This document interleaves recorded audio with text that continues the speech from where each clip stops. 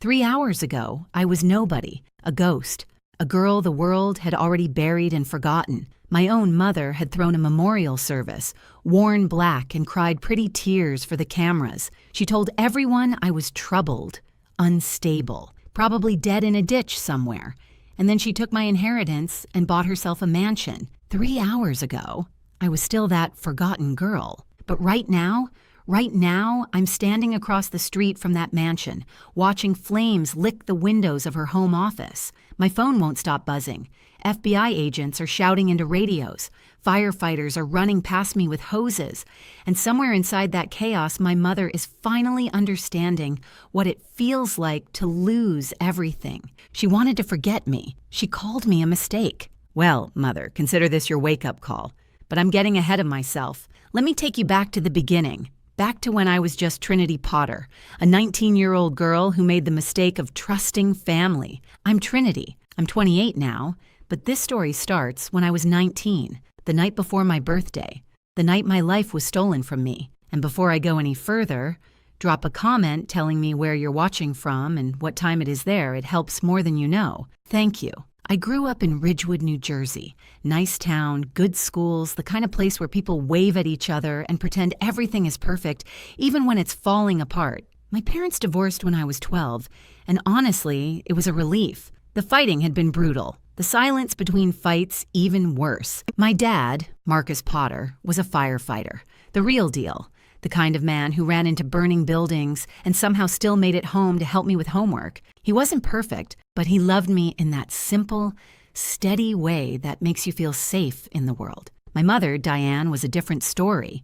She was beautiful, I'll give her that. The kind of beautiful that makes people forgive things they shouldn't forgive. She had this way of walking into a room and making everyone notice her, making everyone want her approval. I spent most of my childhood trying to earn that approval. Spoiler alert, I never did. After the divorce, Diane got full custody. She had a better lawyer, a better story, and honestly, a better performance. She cried in court about being abandoned, about struggling to raise me alone. Never mind that Dad paid child support on time every single month. Never mind that he showed up for every school play, every soccer game, every parent-teacher conference while she was getting her nails done. The court believed her tears. Courts usually do. But Dad didn't give up on me. He got every other weekend, and he made those weekends count. We'd go fishing or hiking or just sit on his porch and talk about nothing. Those weekends were my oxygen. They kept me sane in a house where I always felt like an inconvenience. Here's the thing about my family that you need to understand. There was money, real money. My grandmother on my dad's side, Eleanor Potter, had built a small real estate empire back in the 70s. Nothing flashy, just smart investments, rental properties, commercial buildings that appreciated over decades. By the time I was born, Grandma Eleanor was worth millions, and she loved me. God, she loved me. I was her only grandchild, and she treated me like I was the most precious thing in the world. When I was little, she'd take me to her office and teach me about business. When I was older, she'd tell me stories about how she built everything from nothing, how she'd been underestimated her whole life and used it as fuel. She also saw my mother for exactly what she was. I remember one Thanksgiving, Grandma Eleanor pulled me aside and said something I never forgot. She said, "Trinity, some people love you for who you are, and some people love you for what you can give them. Learn to tell the difference early because it'll save you a lot of heartache." I thought I understood. I didn't. Not really. When I turned 18, Grandma Eleanor's lawyers called me. She had passed away the year before, peacefully in her sleep at 83, but she'd left instructions, very specific instructions. There was a trust fund with my name on it, $4.2 million to be officially transferred to me on my 19th birthday. $4.2 million. I was a teenager working part-time at a bookstore, saving up for community college textbooks. I couldn't even comprehend that number. It felt fake, like Monopoly money. But you know who comprehended it just fine? My mother. Diane had always assumed she'd inherit something from Eleanor. She was the mother of Eleanor's only grandchild, after all. She'd played nice at family gatherings, complimented Eleanor's cooking, pretended to care about her stories.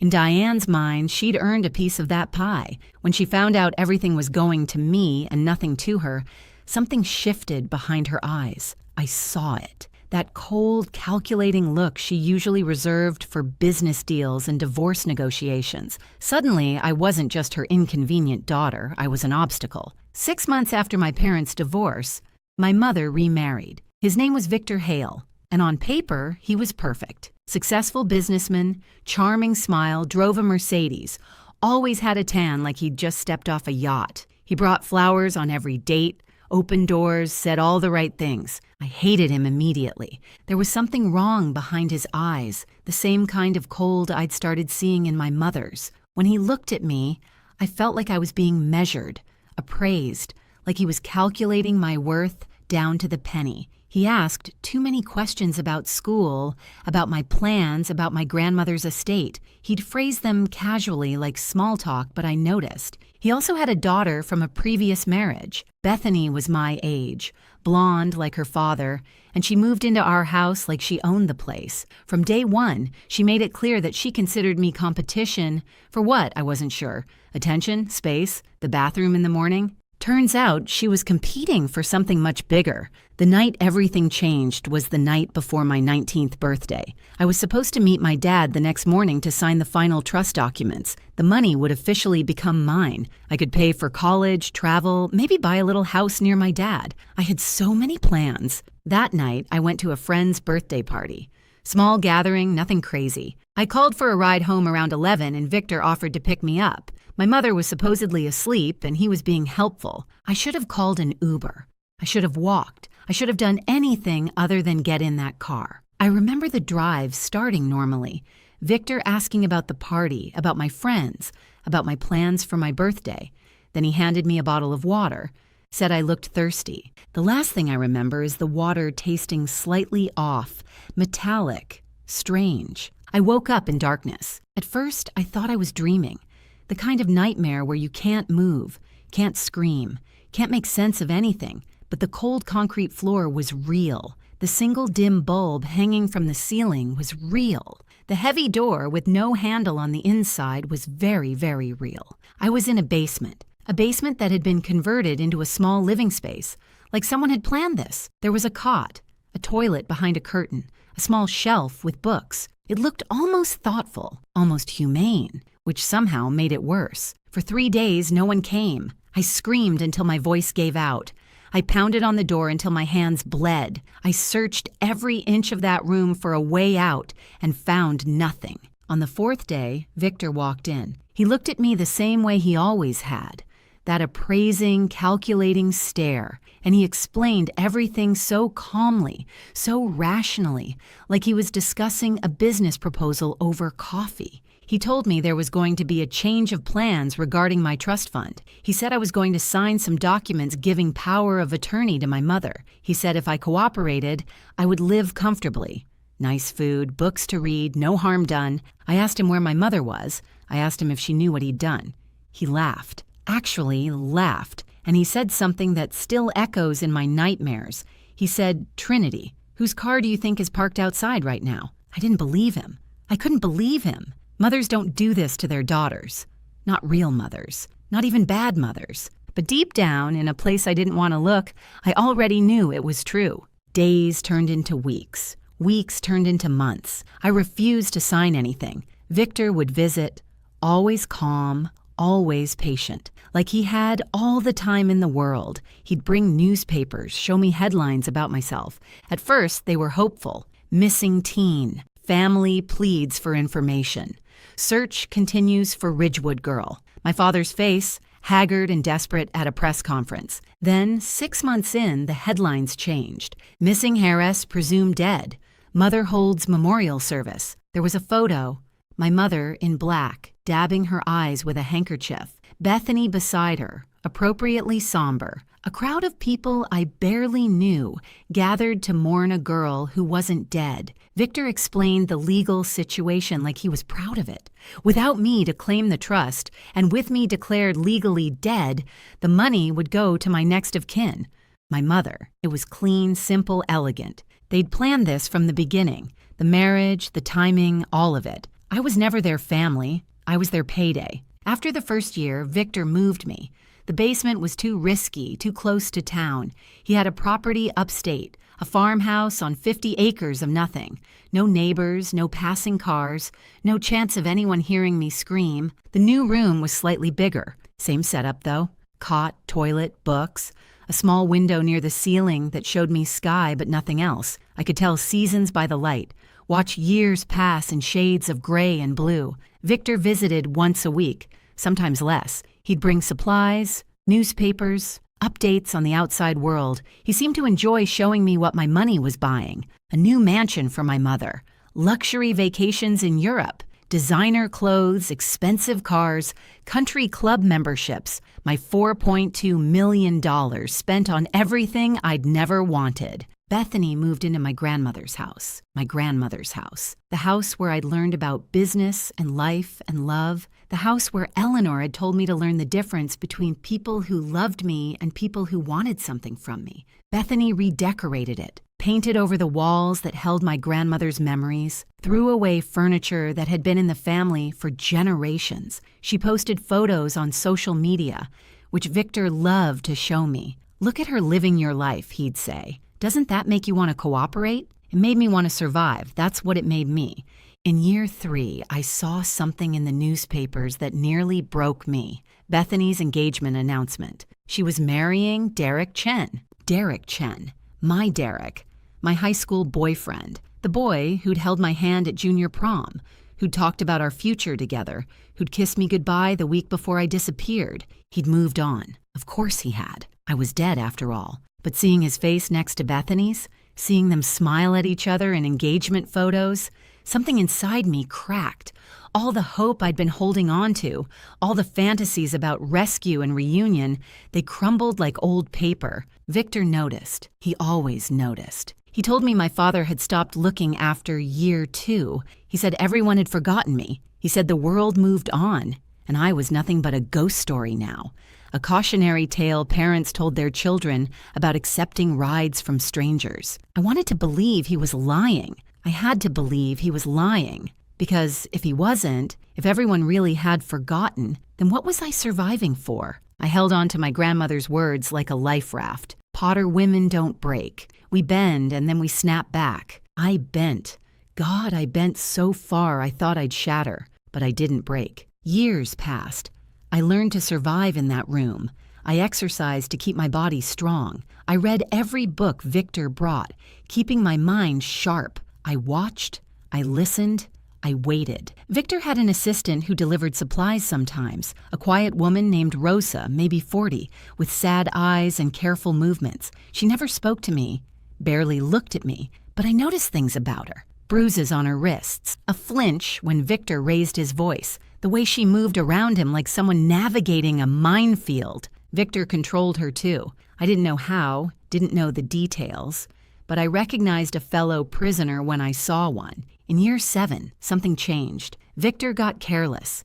He'd been doing this so long, been so confident in his control, that he stopped checking corners, stopped covering his tracks. He left mail visible with the property address. He talked on the phone where I could hear.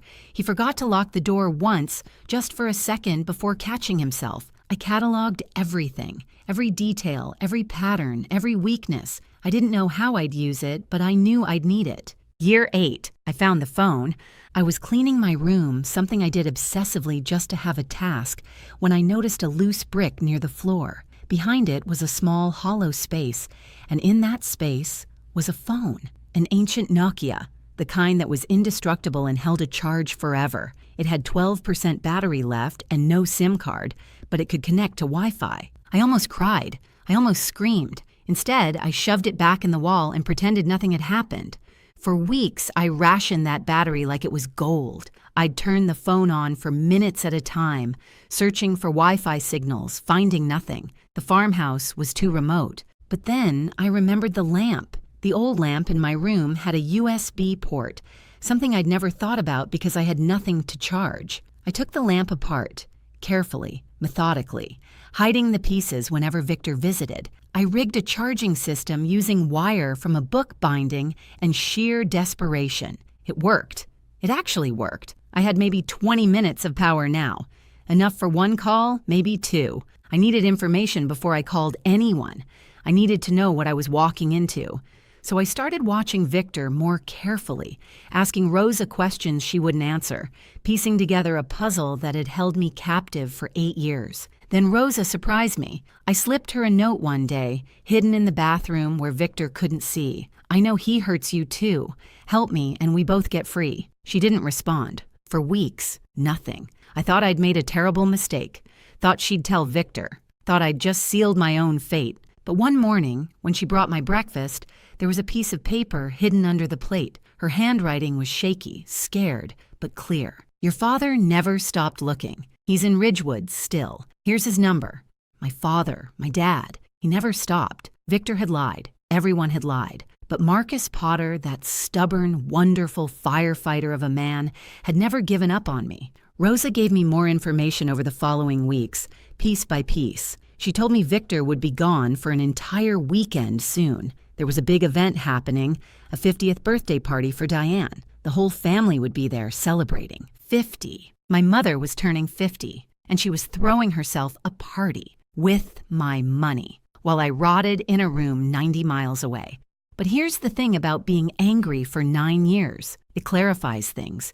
It burns away everything that doesn't matter until you're left with pure, cold purpose. I didn't want revenge. I wanted justice, and I was finally going to get it. Rosa told me one more thing, something that hurt almost more than the kidnapping itself. Every year on my birthday, my mother visited the farmhouse. She came to see me, to check that I was still contained, still controlled, still unable to ruin her perfect, stolen life. I thought back to those visits, the door opening once a year, footsteps I didn't recognize, the scent of expensive perfume drifting into my room. I'd always thought it was someone Victor hired. I never let myself imagine it was her, but it was. Every birthday for 9 years, my mother came to my prison and made sure the door was still locked. Rosa heard her once, heard Diane tell Victor that I was too much like my father, that this was cleaner than divorce, that some mistakes are better buried. I was her mistake, her buried mistake. On Friday night of the birthday weekend, Victor left. Rosa unlocked my door at 3 in the morning and told me I had until Sunday night before she'd have to report me missing. I looked at her, this woman who'd been brave enough to help me when she had nothing to gain and everything to lose. I asked her to come with me. She shook her head. She said she'd slow me down, that she had her own plan, that she'd give me a head start, but couldn't risk more than that. I hugged her, this stranger who'd saved my life, and then I ran. Have you ever experienced freedom after years without it? I don't mean leaving work for the weekend or finishing a long project. I mean real freedom, after real captivity. The first breath of outside air felt like drowning in reverse. The stars above me were so bright they hurt my eyes. I'd forgotten stars could look like that. I ran through woods I'd never seen, following the moon, heading toward sounds of distant traffic. By dawn, I reached a highway. I looked like a ghost, probably. Thin, pale, wild-eyed, wearing clothes that had been washed 1,000 times. I must have been terrifying. A truck driver stopped anyway, asked if I was okay. I told him I'd escaped a bad relationship, which wasn't exactly a lie. He drove me to the nearest town, bought me coffee at a diner, and didn't ask questions I wasn't ready to answer. In the bathroom of that diner, I turned on the Nokia and connected to their Wi-Fi. My hands were shaking so hard I could barely tap the numbers, but I dialed my father's phone, the number Rosa had given me, and I waited. 3 rings, then his voice, older, tired, but unmistakably him. I couldn't speak at first. 9 years of silence had made words feel impossible. But then I heard him say hello again, confused, about to hang up. And I said it. I said, "Dad, it's Trinity. I'm alive." The sound he made wasn't words. It was 9 years of grief releasing all at once. It was every prayer he'd whispered, every lead he'd chased, every night he'd stared at my photo, wondering if he'd ever know the truth. All of it, compressed into one broken sob. He drove 5 hours to pick me up. I saw his car pull into the diner parking lot, saw him step out, looking older and grayer, but exactly like my dad. We stood in that parking lot and held each other for 20 minutes. Neither of us said anything. We didn't need to. In the car, I told him everything. Victor, the basement, the farmhouse, the years of captivity. I told him about my mother's involvement, watched his face go through shock and rage and heartbreak. He He'd suspected her. He'd always suspected her. But suspecting and knowing are different things. He'd spent 9 years gathering evidence, he told me, hiring private investigators, filing complaints, pushing police detectives who wanted the case closed. Everyone told him I was dead. Everyone told him to move on. Diane had testified at my death, hearing that I'd had mental health issues, that I'd probably run away and met with some tragedy. She'd cried so convincingly that even the skeptics believed her. But Marcus Potter didn't believe. Marcus Potter never stopped looking. He had documents at home. Financial records showing Diane accessed my trust within a week of my death being declared. Business filings proving Victor's company was funded by Diane before they'd even married publicly, suggesting the whole relationship was planned. Testimony from witnesses who'd seen Victor acting suspicious in the months before my disappearance. He'd built a case for 9 years. He just didn't have me to prove any of it. Now he did. And hey, if you could hit that subscribe button, leave a like, maybe drop a comment about what you think should happen next, you'd be making my whole day. This story is for you, and I'm so grateful you're here. Dad had a friend, Howard Patterson, retired FBI agent. He'd worked missing persons cases for 30 years, and Trinity's case had always bothered him. The evidence of foul play was there, but political pressure from Diane's connections had kept it classified as a probable runaway. Howard was 72 years old and still sharp as a knife. When Dad called him at 6 in the morning saying Trinity's alive, Howard didn't ask questions. He just said, "Bring her to me." We drove to Howard's house, a modest place filled with files and caseboards and the evidence of a lifetime spent chasing justice. He listened to my story, asked precise questions, made notes in a leather journal. Then he made calls. This was federal now, he explained. Kidnapping across state lines, false imprisonment, fraud. The FBI would want to move fast before Victor and Diane realized I'd escaped. But I had a different idea. Howard wanted to do this quietly. Arrest them in their homes, avoid publicity, build an airtight case. It was the smart approach, the professional approach. It was also wrong. I wanted Diane to know it was me. I wanted to look into her eyes and show her that the mistake she'd tried to bury had clawed her way back to the surface. I wanted the whole world to see what she'd done. Howard warned me it could go wrong, that emotions make bad strategy, that revenge fantasies rarely survive contact with reality. I told him this wasn't revenge. This was justice, and justice deserves to be seen. He agreed to let me have one confrontation, one moment before the arrests. After that, I'd step back and let the law do its job. We made a plan. Saturday night, Diane's 50th birthday party. The country club was lit up like a palace. Valets parking luxury cars, guests in designer gowns, champagne flowing like water. 200 people had come to celebrate my mother's half-century of existence. 200 people eating canapés bought with my inheritance, toasting a woman who'd imprisoned her own daughter. I watched from a parked car across the street. My father sat beside me, tense and silent. We could see the party through the floor-to-ceiling windows. Diane gliding through the room like a queen, accepting compliments, laughing at jokes. She wore diamonds around her neck, diamonds that should have been mine, diamonds that my grandmother probably would have wanted me to have on my wedding day. And there was Bethany, my stepsister, my replacement, twirling to show off her engagement ring to anyone who'd look. Derek stood beside her, handsome and hollow, clapping along with the crowd when Diane made a toast. 9 years ago, that could have been my life. Those could have been my friends, my celebration, my future. Instead, I'd spent nearly a decade counting ceiling tiles and rationing hope like food stamps. But tonight wasn't about what I'd lost. Tonight was about what I was going to take back. While everyone celebrated at the country club, Dad and I drove to Diane's mansion. The security system was expensive but predictable. Dad had studied it for years, hoping for exactly this moment. We had maybe 2 hours before the party ended, 2 hours to find the evidence that would bury my mother forever. I walked through the front door of a house I'd never seen before. My mother had bought it 3 years ago, according to public records. 6 bedrooms, 4 bathrooms, a pool, a wine cellar, all paid for with money that was supposed to be mine. The strangest part was the photos, or rather the absence of them.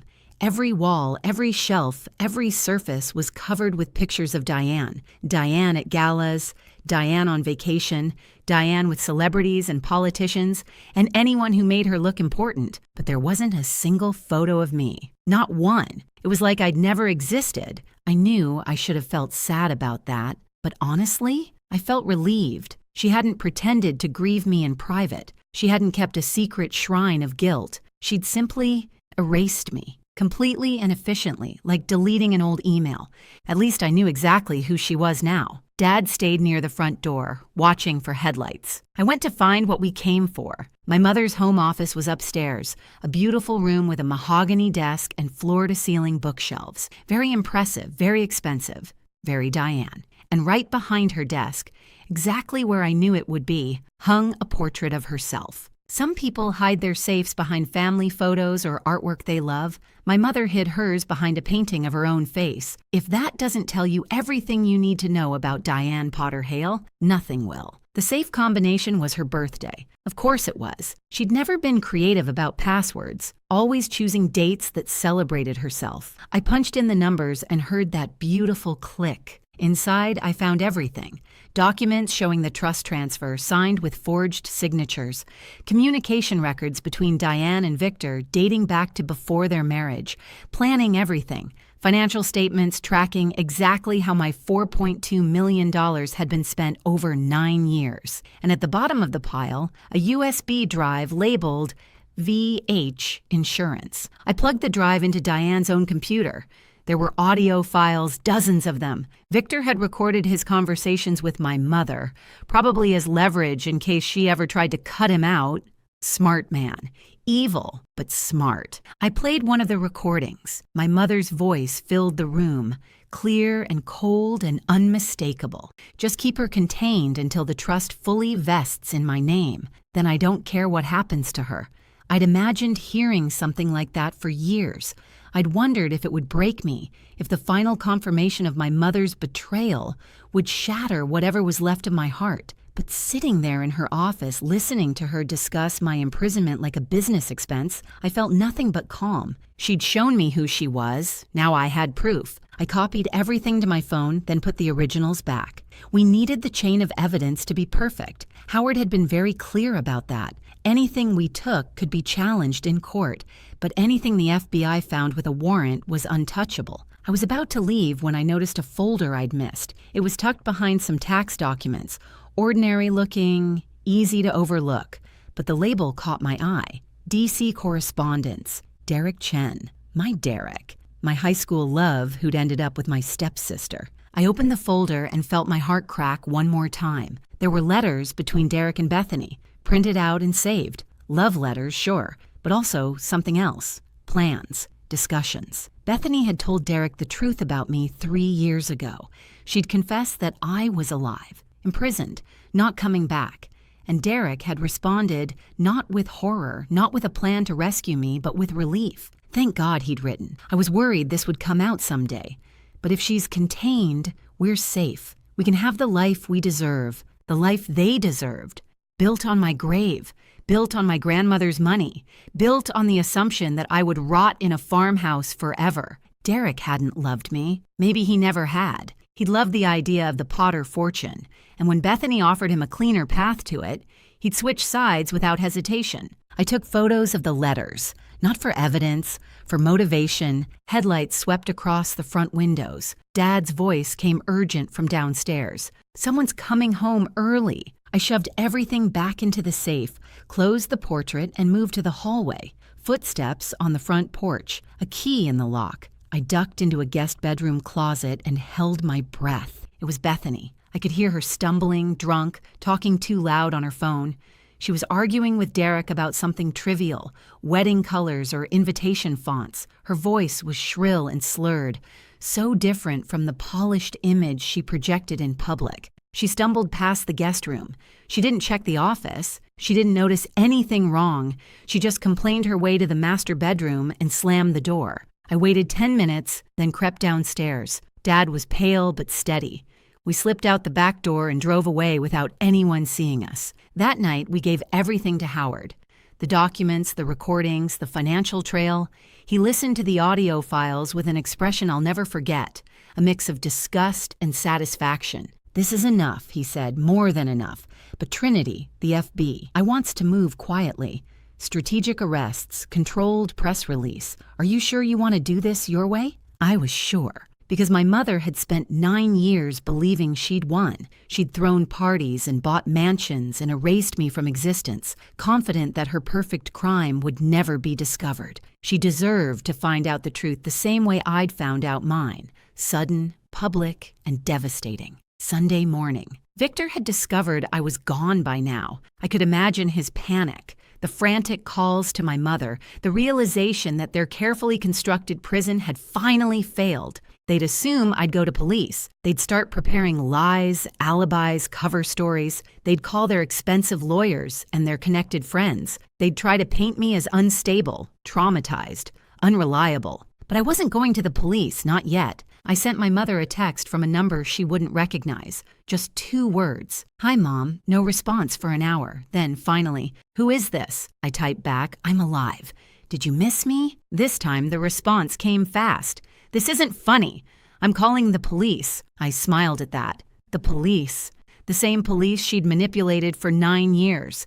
The same police who'd closed my case because Diane Potter Hale had powerful friends. I sent one more message. "Check your safe, Mother. The one behind your portrait." 20 minutes of silence. I could picture her rushing home from wherever she was, tearing through her office, staring at the evidence of her own crimes, wondering what I'd seen, wondering what I'd taken, wondering how much I knew. Her call came through. I didn't answer. She texted instead. "What do you want?" And here's where I could have been cruel. I could have demanded money or an apology or some dramatic confrontation. But I realized I didn't want any of that. I just wanted to understand. I wrote back, "I want to know why. Why did you do this to me?" Her response took 5 minutes. When it came, it was longer than anything she'd ever written to me in my entire life. "You were always a mistake, a reminder of your father, of a life I wanted to forget. Eleanor always loved you more than she loved me. She gave you everything and left me nothing. That money was supposed to be mine. I earned it, putting up with her lectures and her judgment for years. You didn't earn anything. You just existed. So yes, I corrected things. I made sure the money went where it belonged. You should have stayed gone, Trinity. You're just a mistake of my past that I want to forget." I read those words 3 times.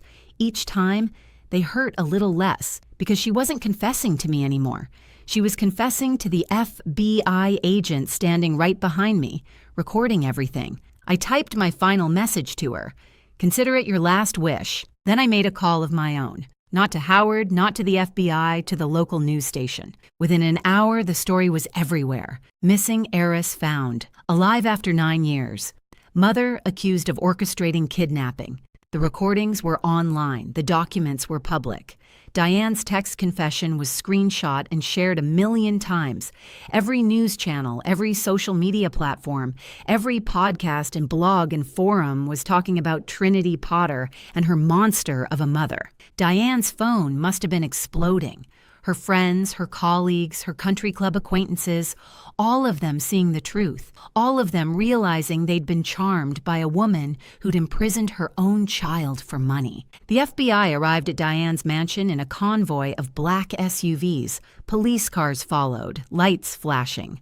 News helicopters circled overhead like vultures. It was the most public arrest in Ridgewood history, exactly what I'd wanted. Victor tried to run. Of course he did. He'd spent 9 years as the jailer, comfortable in his power, confident in his control. But when the FBI agents appeared at the back gate, all that confidence vanished. He sprinted toward the woods like a scared animal, got maybe 50 feet before 2 agents tackled him into the dirt. I watched from across the street.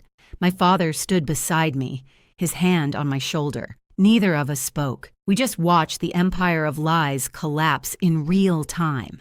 Inside the mansion, someone had started a fire. We learned later it was Victor, in his panic, trying to destroy evidence before he ran. He'd knocked over a candle or thrown papers into the fireplace, something desperate and stupid. The curtains caught, then the drapes, then the home office where I'd found everything. Firefighters arrived within minutes, and here's the part that still makes me smile. The first truck on the scene was from my father's old station. The men who'd searched for me for 9 years, who'd put up posters and organized volunteers and never stopped believing I was alive. They were the ones who saved my mother's mansion from burning down. They could have let it burn.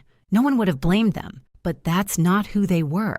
That's not who my father raised them to be. Bethany was arrested trying to leave through the garage.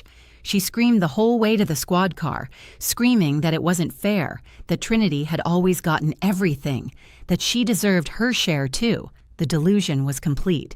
Even now, she couldn't see herself as the villain. Derek was taken for questioning. He wasn't arrested immediately, but his involvement was clear. He'd known for 3 years and said nothing. He'd built a future on my captivity and called it love. A reporter approached me as the chaos unfolded. She asked the question everyone was thinking. Trinity, how do you feel? I thought about it for a moment. 9 years of darkness. 9 years of silence. 9 years of wondering if anyone remembered I existed. I feel like I finally woke up from a nightmare, I told her, and now everyone else has to face reality. The aftermath came fast. Victor and Diane were formally charged within 48 hours. Federal kidnapping, false imprisonment, fraud, conspiracy. The evidence was overwhelming, the public outrage deafening. No lawyer in the country wanted to touch their case. Even the expensive ones have limits. Rosa came forward as a witness. She testified about everything she'd seen and heard over 9 years. The basement, the farmhouse, Diane's annual visits to check on her imprisoned daughter. Her testimony was devastating, detailed, impossible to refute. In exchange for her cooperation, the FBI provided Rosa with protection and a path to legal status. She'd been undocumented, which was how Victor controlled her. He'd threatened deportation, separation from her family, destruction of everything she'd built in this country. For years, she'd lived under that threat, too scared to help me, too kind to ignore me completely. I visited her after her testimony. We sat in a small coffee shop, 2 women who'd survived the same monster. Thank you, I told her. You gave me my life back. She shook her head. You gave me my courage, she said. I watched you for years, refusing to break, refusing to sign those papers. I thought if you could stay strong, maybe I could too. We cried together. We laughed together. We ate pie and talked about the future instead of the past. The money came back to me, eventually. Not all of it. Diane had spent nearly $2 million on her lifestyle, and that was gone forever, absorbed into mansions and vacations and diamonds that had already been sold for legal fees. But $2.2 million remained in accounts, and the estate lawyers had another surprise. My grandmother, Eleanor, brilliant woman that she was, had created a secondary trust, a backup plan. She'd suspected something might happen. Even back then, she'd seen Diane for who she was and prepared accordingly. The secondary trust was smaller, but protected, untouchable by anyone except me. Total restored to Trinity Potter, $3.8 million. It wasn't about the money, really. It had never been about the money. But there was something deeply satisfying about knowing that my grandmother's final gift had survived my mother's greed. Eleanor had protected me even from the grave. My father's vindication came slower but sweeter. For 9 years, people had called him obsessed, crazy, a grieving father who couldn't accept reality. His own friends had staged interventions, begged him to move on, told him he was destroying himself chasing a ghost. Now those same people lined up to apologize. The fire chief who'd told him to stop looking, who'd said Trinity's gone and you need to accept that, showed up at Dad's door with a bottle of whiskey and tears in his eyes. The detective who'd closed my case sent a handwritten letter. Even Diane's friends, the ones who'd believed her tears and attended my memorial, they reached out with awkward apologies and offers to help. Dad accepted all of it graciously. He'd spent 9 years being called crazy, and he'd been right the whole time. He could afford to be gracious now. The fire station threw him a retirement party, a real one this time. They gave him a plaque that said, "Never stopped believing, never stopped fighting." He hung it in his living room, next to a photo of me as a baby, the same photo he'd carried in his wallet for 9 years. Derek's downfall was quieter, but equally complete. Once his involvement became public, everyone abandoned him. His family, mortified by the association, stopped taking his calls. His employer, a financial firm that couldn't afford scandal, fired him the same day. Even Bethany, facing her own charges, blamed him publicly, claiming he'd pressured her to stay silent. He became a cautionary tale. The man who chose money over morality. The man who could have saved me but chose comfort instead. I didn't feel sorry for him. I didn't feel anything at all. He'd made his choice years ago. Now he lived with it. A reporter asked me about my plans during one of the many interviews that followed. I was still adjusting to cameras, to questions, to being visible after so long in darkness. But this question made me smile. Well, I said, first I'm going to eat at every restaurant I missed for 9 years. Then I'm going to catch up on movies. I disappeared before the Marvel Cinematic Universe really got going, and I have a lot of homework to do. I'm still on Iron Man 2. The reporter laughed. America laughed. For the first time in 9 years, I laughed too. 1 month after everything happened, I visited my mother in county jail. She looked different without her makeup. Her hair salon appointments, her designer clothes. She looked old. Not dignified old, not graceful old.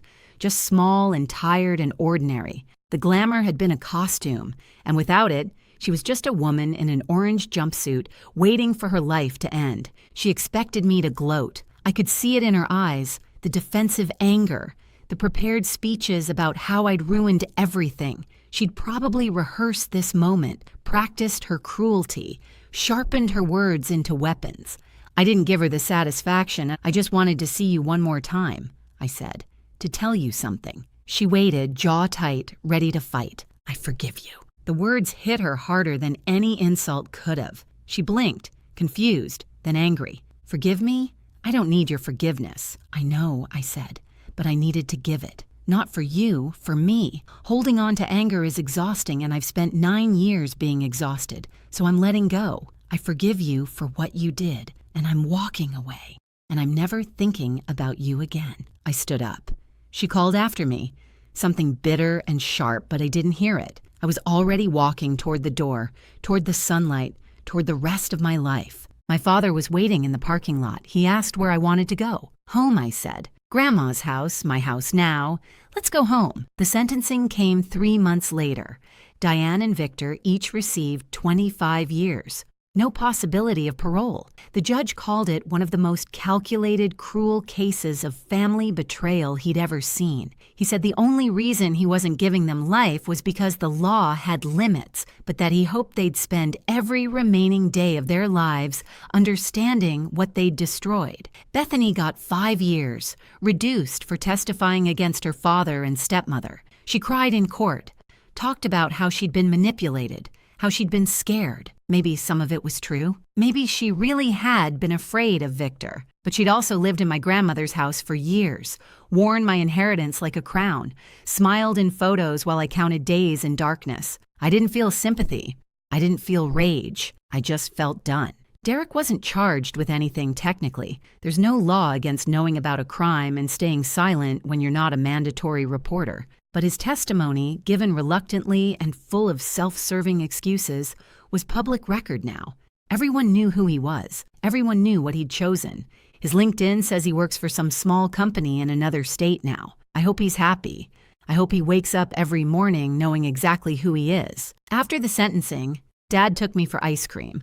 We went to the same shop we'd visited when I was a kid, before the divorce, before everything went wrong. The owner recognized us, cried a little, gave us free sundaes. I ordered the biggest thing on the menu, a hot fudge, whipped cream, the works. Dad watched me eat with tears in his eyes. Then he said, "Get another one if you want." I did. 9 years of dreaming about hot fudge sundaes, and it tasted even better than I remembered. I started a foundation 6 months after my rescue, the Potter Foundation, dedicated to missing persons cases. We fund private investigators, push police departments, support families who've been told to give up hope. In our first year, we helped 12 families, 12 people who'd been forgotten, dismissed, written off. Not all of them were found alive, but all of them were found. All of them got answers. All of them got closure. I speak at events now, something I never imagined doing. I talk about hope, about persistence, about the people who refuse to let me disappear. I talk about my father who spent his retirement savings on investigators and never stopped believing. I talk about Rosa, who risked everything to slip me a phone number. I talk about Howard, who took one look at my case and said, "This isn't over."